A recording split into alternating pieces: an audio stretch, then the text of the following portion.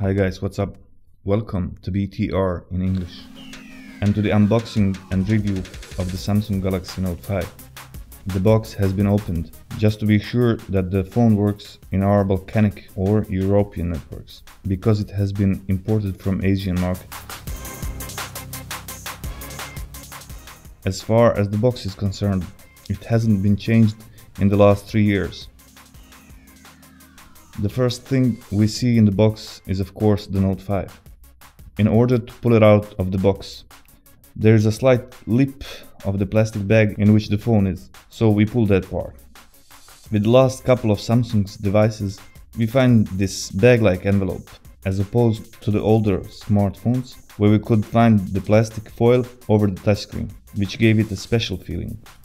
As I've mentioned before, it's imported from the Asian market, more accurately from United Arab Emirates, as we can see on these Arabic letters on the quick setup guide. The inside part of the box is hard to pull out, so you need to shake it out in order to access the interior of the box. There's also the quick guide and warranty, which in this case are pretty useless to us. On this part of the box we find the pin for ejecting the SIM tray. In the lower part of the box there are headphones, which come this time in a separate plastic box and not like before just put together with a small wire. Micro USB to USB cable. Samsung year after year makes shorter and shorter cables, like they did with the S6, the S6 Edge, and now as well with the Note 5. I think that the cable which came with the Note 4 has optimal length, and the charger, which in this case doesn't match to European power outlets. However, the adapter can be bought cheap. It's important to use the original charger even with the adapter, because it enables us to use fast charging capability. And specific to the Note, we have also the exchangeable tips for the S Pen and the tool for their removal in case of them becoming worn out by the usage. And of course, here is the quick view of all the contents of the box. After the plastic bag is removed of the Note, just then we see how it feels in the hands and the quality of the phone. Even though I can say that the phone is less slippier while having the plastic wrap on it. It seems that people of Samsung had both beauty and practicality in mind when designing the phone. Trust me, when it's slippery, it's not practical. And here, with the curved back glass, it's easier to hold the phone in the hands. Well, the design is something new. For the first time since I got into checking new phones, I was drawn to a white phone, which means that the Note 5 is quite beautiful after all. On the back there is the camera. Next to the camera there is the flash and the heart rate sensor. On the right side there is on-off sleep-wake button. On the bottom part of the frame there are the S Pen, the microphone, the speaker, the micro USB slot, and the 3.5mm jack for the headphones. On the left side of the frame are the volume buttons. On the upper side of the frame are nano SIM tray secondary mic, which is used for noise cancellation during a phone call and for improving the audio while recording sound or video. On the front, in the upper part above the screen, there are a 5-megapixel camera, the speaker, the proximity sensor, the light sensor, and the LED indicator for notifications. On the bottom part under the screen there are capacitive back button, the multitasking button, and in between there is a physical home button, which is also the fingerprint sensor. And now finally the startup of the Note 5.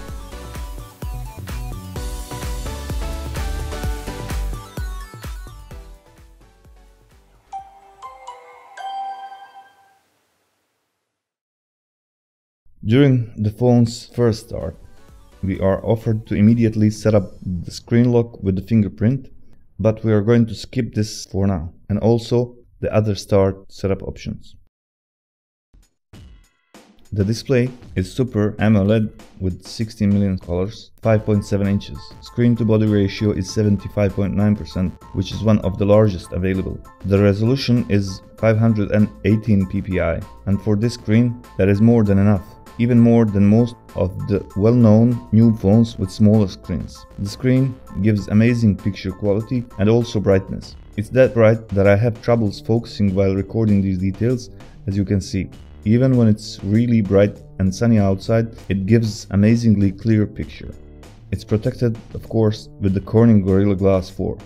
Samsung's own Exynos 7420 octa-core is in the last 4 devices from them. We can find it on the S6, the S6 Edge and the S6 Edge Plus, and now in the Note 5 as well. It's 1.5 GHz quad-core and 2.1 GHz quad-core. Unfortunately, as we can see in the Samsung, they decided to follow the trend of closing their devices, even in the Note line. So the memory cannot be expanded by SD card. For those who are familiar with the S6 cameras, this camera is no different in quality, nor in the megapixel count, neither the front nor the back main cameras. There are only some software features added. 16 megapixel main camera has, of course, the optical image stabilization. A nice addition to the camera software is the possibility of changing the camera resolution on the top of the screen in the camera application without opening the settings. If we want the 16 megapixel picture, which we want to have for us or for editing, etc., then it's there. And if we want to send pictures, the 2.4 megapixel is a nice option, because the smaller picture in terms of megabytes is transferred faster and it saves our data usage.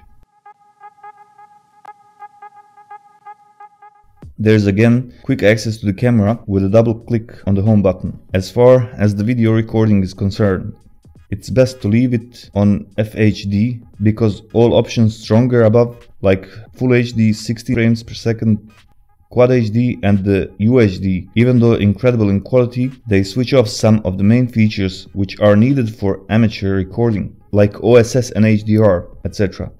The Full HD gives more than a good picture quality, and we have also the OIS. There is also the video collage option in the modes of recording. What it does: we record separately 4 videos, approximately 5 seconds of length, and it combines it in one video, which seems like surveillance camera footage or something.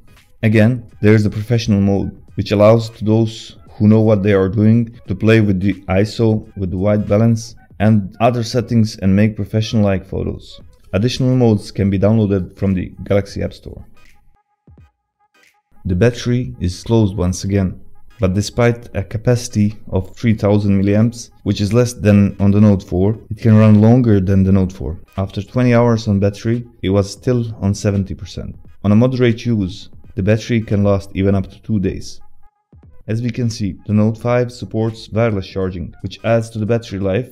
For example, if you need to do something at your desk in office, at home, etc., you can simply put your Note 5 on the pad without having to plug it in. And when you are done, you pick up the phone and it has been charged and the battery life is prolonged. Note 5 supports the fast wireless charging. The software is the Lollipop 5.1.1. On this new version of the Lollipop, I really like these new icons. They are somehow more vivid, a bit less cornered, and there are new colors, different from the earlier TouchWiz look. The update adds to the performance of the phone, which, by the way, had no lags even before, and to the battery life. By touching the screen and holding anywhere on an empty area, we're accessing the screen options. Personally, I don't use the briefing, so I switch it off like this. The screen grid is again adjustable, and since this is the Note, 5x5 suits it great, and it doesn't distort anything. If and when you don't use the NFC, it would be best to switch it off, because if it's constantly on, it drains the battery. It's the same with the Wi-Fi and the Bluetooth, so if you don't use it, switch it off. The keyboard on most of the Samsung phones has vibration feedback, so I turn off the sounds of the keys, because they become annoying to me and to people around, especially if you type a lot as I do. And there's the adjustable keyboard height as well.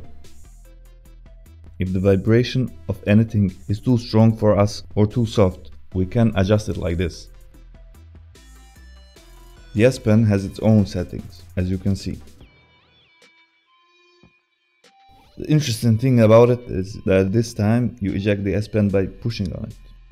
This time the S Pen is almost completely inside the Note. These are the main options of the S Pen. As an added option, we can place 2 more shortcuts to this S Pen menu, like some apps that we use with the S Pen, etc. The S Pen, as Samsung advertised it, is to the Note as the mouse is to the PC. Screen Write is the option which makes the screenshot as a picture, which is open to us to write on it and edit it or save it immediately. A new option of the S Pen is the possibility to take a continuous screenshot, and that allows us to take a screenshot of the entire web page or in some app. We choose the new option which is displayed, called Scroll Capture, and then option Capture More. We do that up to the point we want to capture. After we're done, simply click on Done option, or in this case OK. So then we can share it, save it to the scrapbook or into the gallery as a normal but pretty long picture.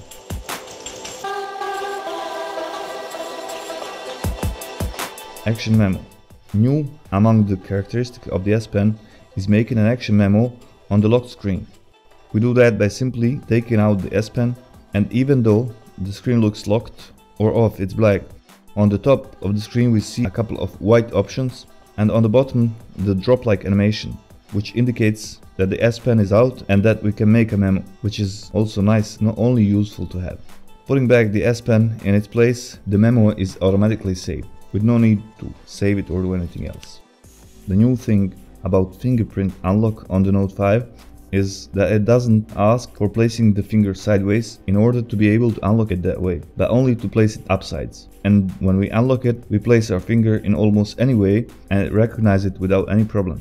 And of course, the good thing is we don't have to swipe our finger when unlocking the phone, but just place our finger on the sensor. New option on the lollipop, which has been removed for a while, is that we can now again change the sound profile even when the screen is locked. As you can see on the lock screen, we slide down from the top and access the slide down menu. We see all those options, which are, by the way, customizable. But we cannot change them all, only the sound profile and the flash. Themes are a new option on the Samsung, which is presented for the first time on the S6 and the S6 Edge, and thank God that somebody had that idea. Now we can customize our interface even more to our taste. But I still like this new lollipop look. And at the end, here are some comparisons between the Note 5, the S6 Edge and the Note 4.